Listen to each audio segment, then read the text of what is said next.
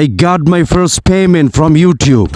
Though this amount is very small, but gradually it will be increased, I believe. এখন কথা হচ্ছে এই টাকাটার মধ্যে আলহামদুলিল্লাহ, সবার আগে আলহামদুলিল্লাহ, এই টাকাটার মধ্যে লাইগা আছে, আমার শরীরের ঘাম লাইগা আছে। তারপর মনে করো গালি গালাজ, ব্যাড কমেন্টস, সমালোচনা সবই কিন্তু এই টাকাটার মধ্যে লাইগা আছে। তো যাই হোক, এগুলা অতিক্রম করে কিন্তু আমি এই পর্যায়ে আসছি।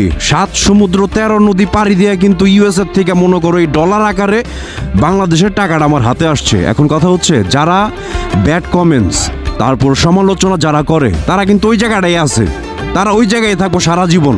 যাই হোক, দিন শেষে কথা একটাই, আলহামদুলিল্লাহ, আল্লাহ তাআলা দিছে, সামনে আরও দিবে, এটার জন্য সবাই কমেন্টসে লেখে আলহামদুলিল্লাহ। এখন আমি একটা কথা এই ভিডিওর মাধ্যমে আমি বলে দিতে চাই, সেটা হচ্ছে এই যে প্ল্যাটফর্ম যেমন ইউটিউব, টিকটক, তারপর ফেসবুক, এই প্ল্যাটফর্মগুলো থেকে আমার মানে অনলাইন প্ল্যাটফর্ম থেকে আমার যত আর্নিং আসবে সেখান থেকে 50% আমি এই অসহায় কুকুর, গরিব মানুষ, এদের পিছনে আমি খরচ করে দিব। যাও, আমি এগুলো এই কথাটা আমি ভিডিওর মাধ্যমে বলে দিলাম, আর এগুলা আমি ভিডিও করে করে তোমাদের সবাইকে দেখাবো।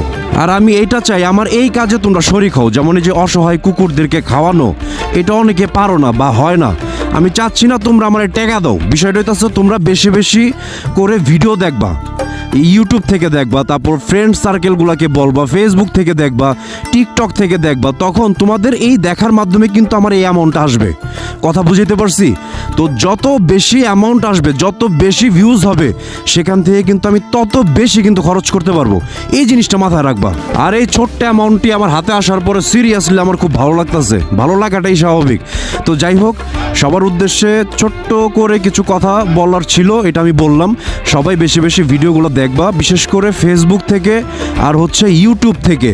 আর একটা গুড নিউজ দেই সবাইকে, সেটা হইতেছে আমার কাছে কিন্তু আজকে 100 পিস আমার প্রোডাক্ট কিন্তু আসতেছে, ওই যে customize T shirt, polo shirt.